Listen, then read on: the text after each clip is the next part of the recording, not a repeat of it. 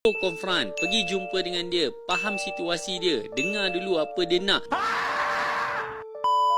Apa nak buat bila mana staff yang mungkin lama dengan kita, yang mungkin sebelum ni perform dengan kita, sekarang sudah mula tunjuk belah. Jika ini berlaku kepada anda, pentingnya untuk kita faham terlebih dahulu kenapa dia masih bersama dengan kita. Adakah dia nampak ke mana hala tuju kita? Adakah dia tahu apa yang kita nak daripada semua orang? Yang paling penting, what is it for him bila dia bersama dengan kita? Go confront, pergi jumpa dengan dia, faham situasi dia, dengar dulu apa dia nak. Lepas tu, barulah pimpin dengan dia, nampakkan dia balik apa nak jadi dengan syarikat kita ni. Saya yakin dah pasti bila mana orang tu nampak the purpose and meaning bila dia buat kerja dia tu, insya-Allah dia akan kembali ke jalan yang lurus. Now, apa jalan yang lurus tu? So, pergi jumpa anda punya staff yang tunjuk belang tu, nampakkan dia kembali apa purpose and meaning selain daripada duit. Kalau duit, semuanya tu motivasi kering. Cuba tulis kat komen, anda sendiri bersemangat tak bila kerja dengan bos tu?